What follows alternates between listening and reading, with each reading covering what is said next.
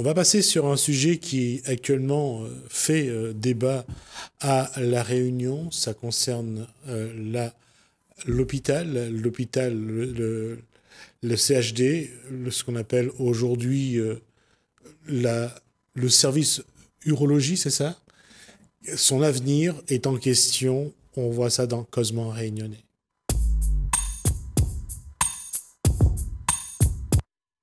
Jocelyne Madeleine, bonsoir. Oui, bonsoir. Et Antoine Fontaine, bonsoir. Bonsoir. Et de retour sur le plateau.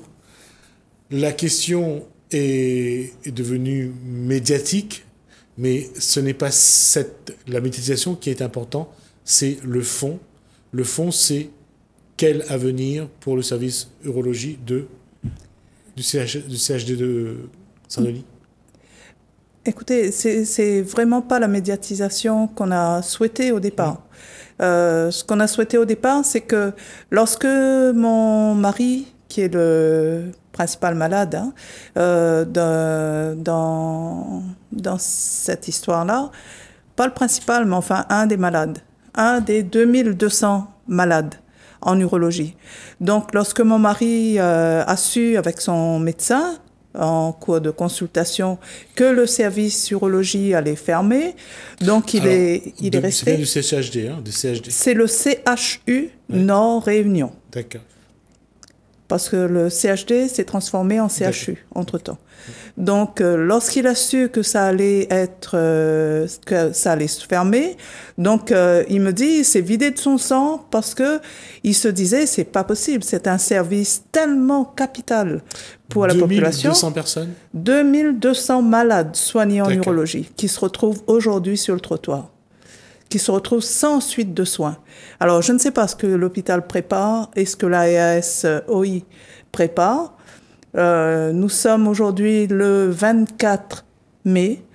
Il ferme en principe le 1er juin et personne ne sait ce qui va se passer. Alors donc, quand il a su, il a souhaité faire un courrier de soutien à son médecin. Et ce courrier, il s'est dit, pourquoi ne pas l'envoyer également pour dénoncer la situation, la catastrophe sanitaire, pourquoi ne pas l'envoyer au directeur général du CHU Nord Réunion. Donc, il lui a envoyé ça en courrier recommandé depuis le 7 ou le 8 avril 2021, donc. Et jusqu'à ce jour, il n'a obtenu aucune réponse de la direction. Et c'est là que vous avez décidé de mettre en place une pétition? En même temps, disons que quand on a envoyé le courrier, moi je l'ai envoyé aussi aux médias, je l'ai envoyé aux syndicats, j'ai essayé de contacter un peu tout le monde pour leur dire que là, il y a quelque chose qui se prépare, c'est une catastrophe. Franchement, il faut réagir, quoi. Il faut empêcher la fermeture du service urologie dans le Nord, parce qu'il n'y en a pas dans l'Est. Il n'y a pas de service urologie à l'hôpital de Saint-Benoît. Il n'y en a pas dans l'Ouest. Il n'y a pas de service urologie au Shore à Saint-Paul. Le seul hôpital qui a un service urologie, c'est le CHU Sud.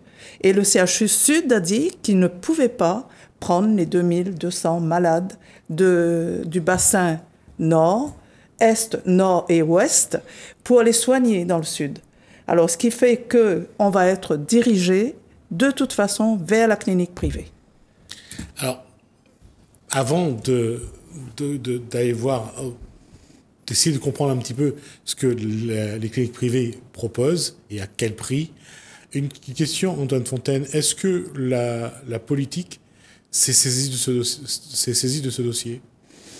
Je ne crois pas qu'on puisse dire que la classe politique se soit saisie réellement de ce dossier, si ce n'est qu'elle a affirmé aujourd'hui son opposition à la fermeture du service d'urologie.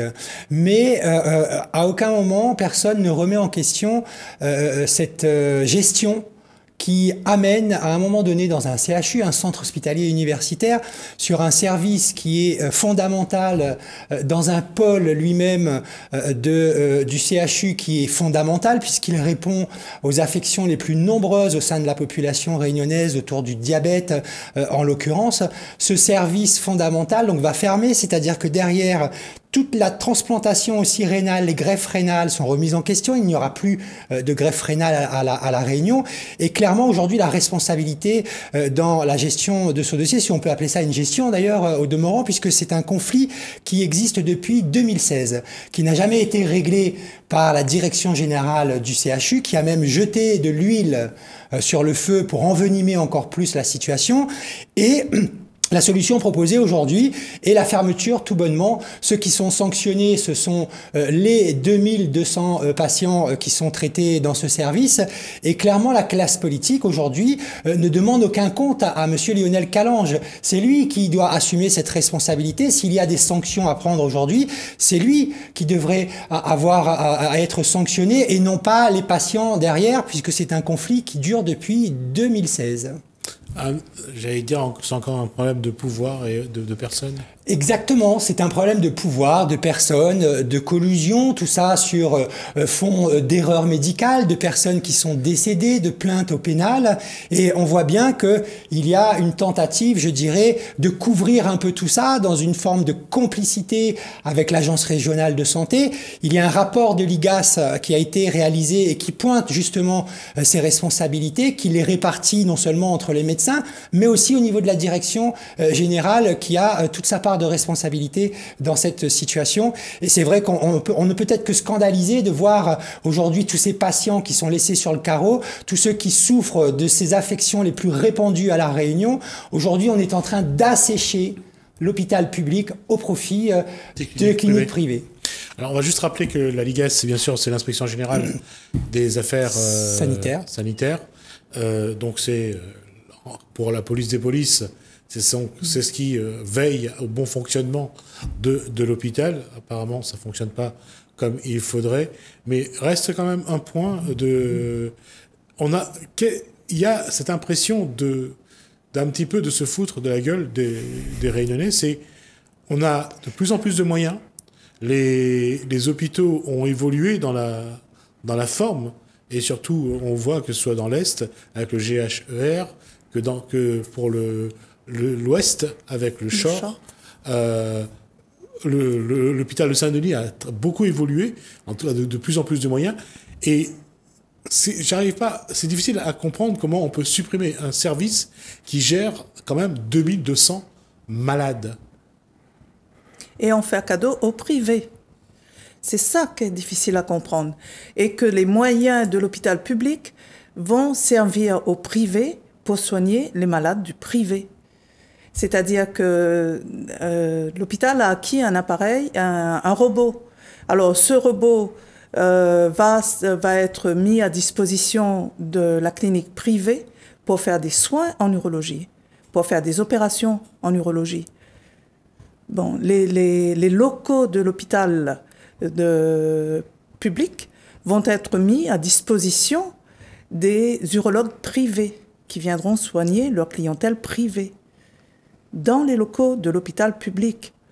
Alors là, franchement, là, il y a quelque chose qui nous dépasse. Et on se dit que, bon, il y a une équipe d'urologues qui existe. On casse un service. Ces urologues-là, ils ne se sont pas entendus parce que, justement, il y a eu défaut de management de la part du directeur général.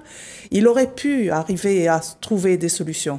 Et il nous fait croire, il enfume la population, en nous faisant croire que l'IGAS lui demande de fermer. Non, l'IGAS a pris une préconisation.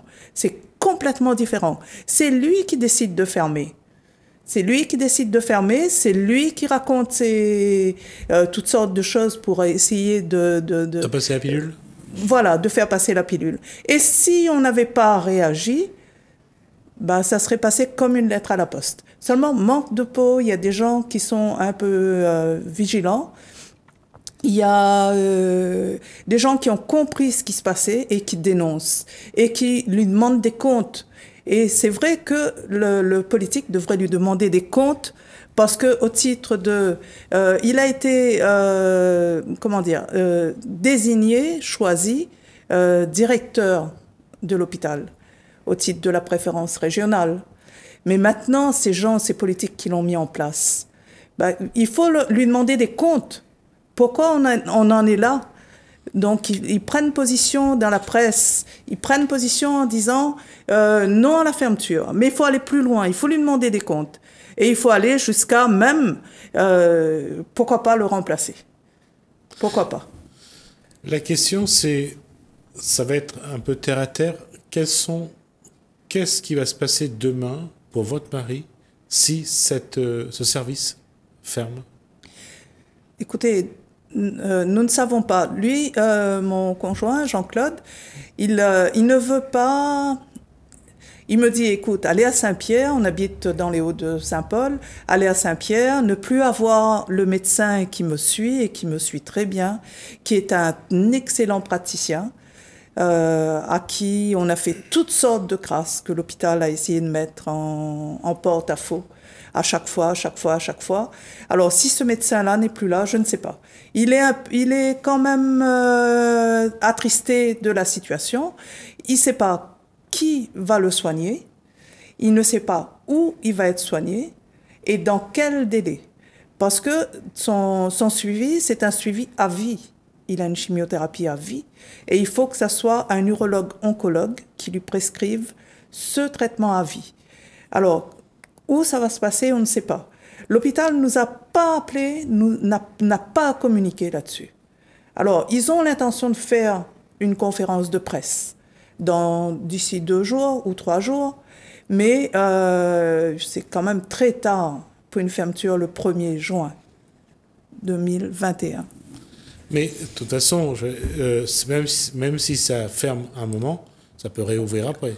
Oh, je crois que là-dessus, il ne faut pas rêver. Hein. Je pense que Antoine sera d'accord avec moi pour dire que... Oui, à un moment donné, quand on ferme un service, surtout un service essentiel comme celui-ci, hein, bien sûr qu'il y a toujours une possibilité que ce service réouvre plus tard. Hein. C'est une possibilité. Mais dans l'évolution actuelle du système de santé, dans les restrictions qui sont demandées en plus par ailleurs hein, par le gouvernement à l'hôpital public, dans un contexte, il faut bien le rappeler quand même, de pandémie, de soi-disant pandémie. Hein. Vous disiez tout à l'heure, on a l'impression qu'on se fiche un peu de la figure des Réunionnais. C'est pas qu'une impression, on se moque clairement des Réunionnais aujourd'hui, hein, puisque l'ouverture de ce service par ailleurs paraît très compliqué. Le CHU a énormément de difficultés à recruter des médecins. Il y a un mal-être qui existe dans cet établissement public depuis que M. Calange a pris ses fonctions. Et donc, les médecins, le personnel soignant, même s'en va, ne reste pas ici à La Réunion. De toute façon, on ne leur propose que des contrats précaires. Madame Madène vient de dire quelque chose d'important. Le médecin qui aujourd'hui suit son époux est un médecin urologue et oncologue, donc c'est-à-dire qu'il a une spécialité hyper pointue, et ce qui veut dire aussi que ça ne court pas les rues. Hein, tout simplement. Donc si ce médecin-là s'en va, et c'est ce qu'on est en train de faire en fait, on est en train de la mettre cette personne à la porte, alors que par ailleurs, il y a d'autres médecins urologues, par exemple, ce sont les bruits que nous entendons, d'autres médecins urologues qui sont recrutés par le privé qui va récupérer donc la gestion entre guillemets de ces patients, donc qui travaillait au CHU, qui est récupéré par le privé et qui va venir faire des prestations privées. Hein, alors qu'il est au cœur de la polémique et du conflit avec les autres médecins, qui va venir faire ses consultations privées au sein du CHU. Moi, je me demande aussi que fait la sécurité sociale là-dedans, hein, parce que derrière, c'est quand même la sécurité sociale, l'argent public qui va payer en fait tous ces soins au privé. C'est tout simplement un scandale qui est en train de se passer aujourd'hui à La Réunion. Et c'est vrai que la classe politique, eh bien, on ne l'entend pas sur ce scandale sanitaire, puisque, comme je vous le disais tout à l'heure, eh bien, ce sont les maladies les plus répandues à La Réunion qui sont concernées par ce pôle d'activité au sein du CHU, que ça soit l'urologie, la néphrologie, l'hémodialyse, la transplantation rénale. Tout ce pôle est complètement compromis et on est en train de le brader au privé, puisque ce sont des activités qui rapportent énormément d'argent, même à l'hôpital public aujourd'hui, et qu'on est en train d'offrir avec la gestion de Lionel Calange au privé, au détriment de la santé des Réunionnaises et des Réunionnais. Quelles vont être, à votre niveau, quelles vont être votre démarche ce que vous allez essayer de faire. Il y a la pétition déjà? Oui, il y a la pétition. Donc une pétition qui a été mise en ligne et qui regroupe 2000, à peu près 2100 et quelques signatures. Donc je vais regarder ce soir combien de signatures exactement. On était à 2030 hier à 1h, à 13h hier. Donc, il y a cette pétition-là. Il y a une première pétition qui avait été lancée sur laquelle il y a aussi une centaine de signatures. Donc, on peut se prévaloir d'environ 2200 signatures, 2200 soutiens de personnes qui sont sensibles ou non à la fermeture du service urologie au CHU Nord. Est-ce qu'il va y avoir un regroupement des malades devant l'hôpital? Je pense que ça, c'est une des idées. Alors, tout à fait. En fait, demain, mardi 25 mai, nous avons appelé un rassemblement devant le siège du CHU, qui se trouve donc à Saint-Paul, dans l'ancienne hôpital de santé mentale, demain. Et ensuite, à cette occasion, en fait, le directeur général va présenter en exclusivité, quelque part, le dispositif de prise en charge de ces patients dans le privé, donc à la commission des usagers à laquelle j'appartiens, ainsi que monsieur Jean-Louis Seigneur. Nous avons nous-mêmes tenté dans cette démarche de solliciter à la fois la direction générale et à la fois le président du comité médical d'établissement, pour que nous soyons pleinement associés à cela, puisque notre commission, la commission des usagers, est censée veiller au respect des droits des usagers. Elle est censée participer à toutes les dispositifs qui concernent l'accueil, la prise en charge des patients, la politique de qualité, de sécurité, le parcours de soins des patients. À aucun moment dans la décision qui a été prise, le directeur général, monsieur Calange, n'a respecté non seulement la gouvernance de l'établissement, en l'occurrence la commission des usagers, mais également le comité technique d'établissement, qui s'est prononcé défavorablement contre la fermeture de ce service, qui a eu l'opportunité de le faire, lui en tout cas, puisque nous n'avons pas eu cette possibilité. Et donc nous avons écrit directement à monsieur Véran, Olivier Véran, pour l'informer de ce qui se passe au CHU de La Réunion sous la responsabilité de monsieur Calange, à savoir que la démocratie sanitaire est complètement piétinée. S'il le faut, nous continuerons. Il est pour nous, nous avons un objectif aujourd'hui avec les époux Madame et d'autres personnes aussi, c'est que ce service ne ferme pas.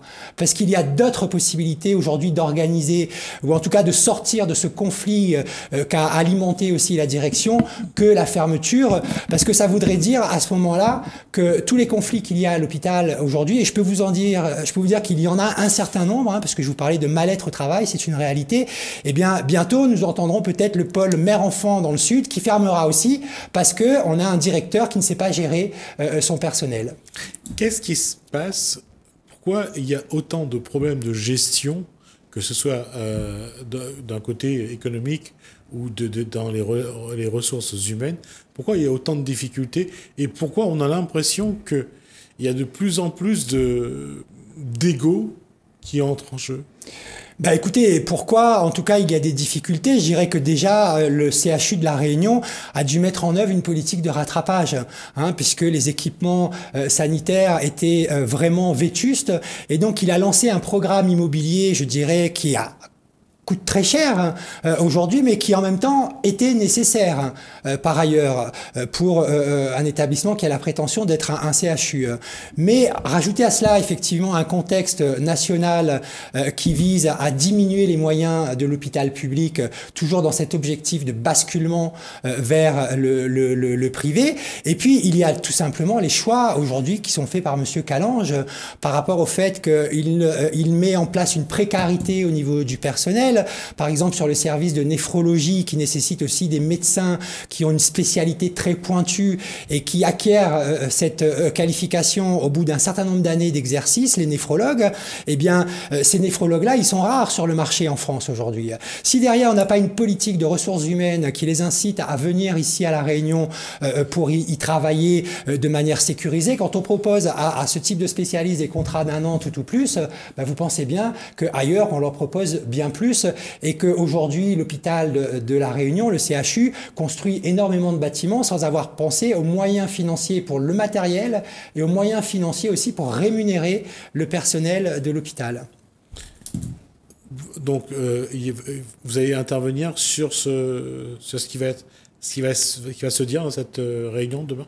Tout à fait. Je serai présent à cette réunion puisque donc je suis membre de cette commission des usagers et nous allons débattre des dispositifs donc de prise en charge que prévoit le directeur aujourd'hui par rapport à la fermeture de ce service. Mais je le rappelle, nous, notre position aujourd'hui, celle des nombreux syndicats aussi d'ailleurs du personnel de l'hôpital, tout le monde se positionne contre la fermeture du service puisqu'il y a d'autres solutions possibles pour éviter de laisser tous ces patients, ces 2200 patients sur le carreau. Madame, aujourd'hui, votre mari, pour lui, c'est de garder ce service-là. En tout cas, c'est ce qui permettrait de mieux, je veux dire, d'être dans une situation plus confortable.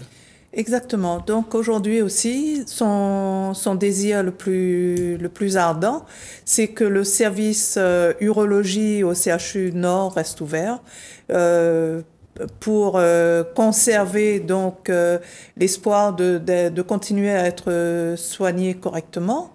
D'avoir donc toutes les autres comment dire, à l'hôpital, il y a la radio, il y a le scanner, il y a tous ces appareillages-là, il a son pneumologue sur place, donc il a besoin d'être soigné en confiance dans un environnement qui lui est connu.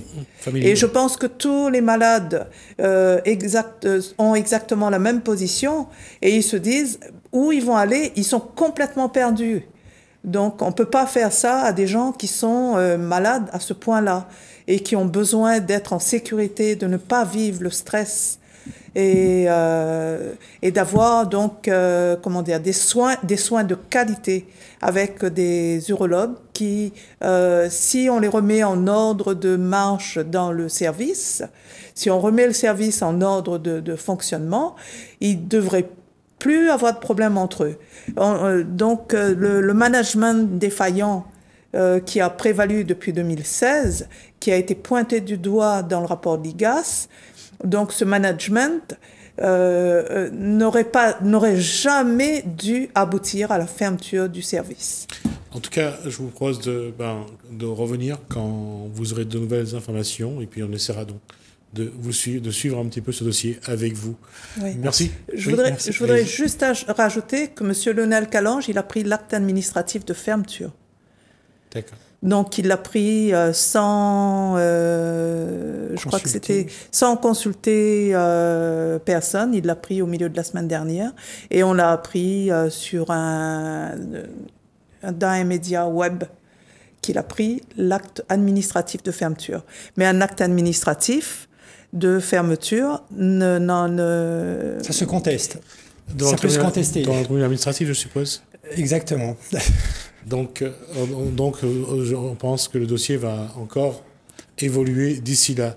Merci, Jocelyne Madène, donc pour toutes ces informations. On vous souhaite bon courage pour. Oui, merci. À vous et à votre mari. Merci Antoine. Merci Fontaine pour toutes ces informations-là. On va suivre avec vous l'évolution du dossier et puis on essaiera donc d'apporter l'information au public. Merci. Merci à vous deux. Merci à vous de nous avoir suivis. Merci Hélène, merci François. Je vous dis à bientôt.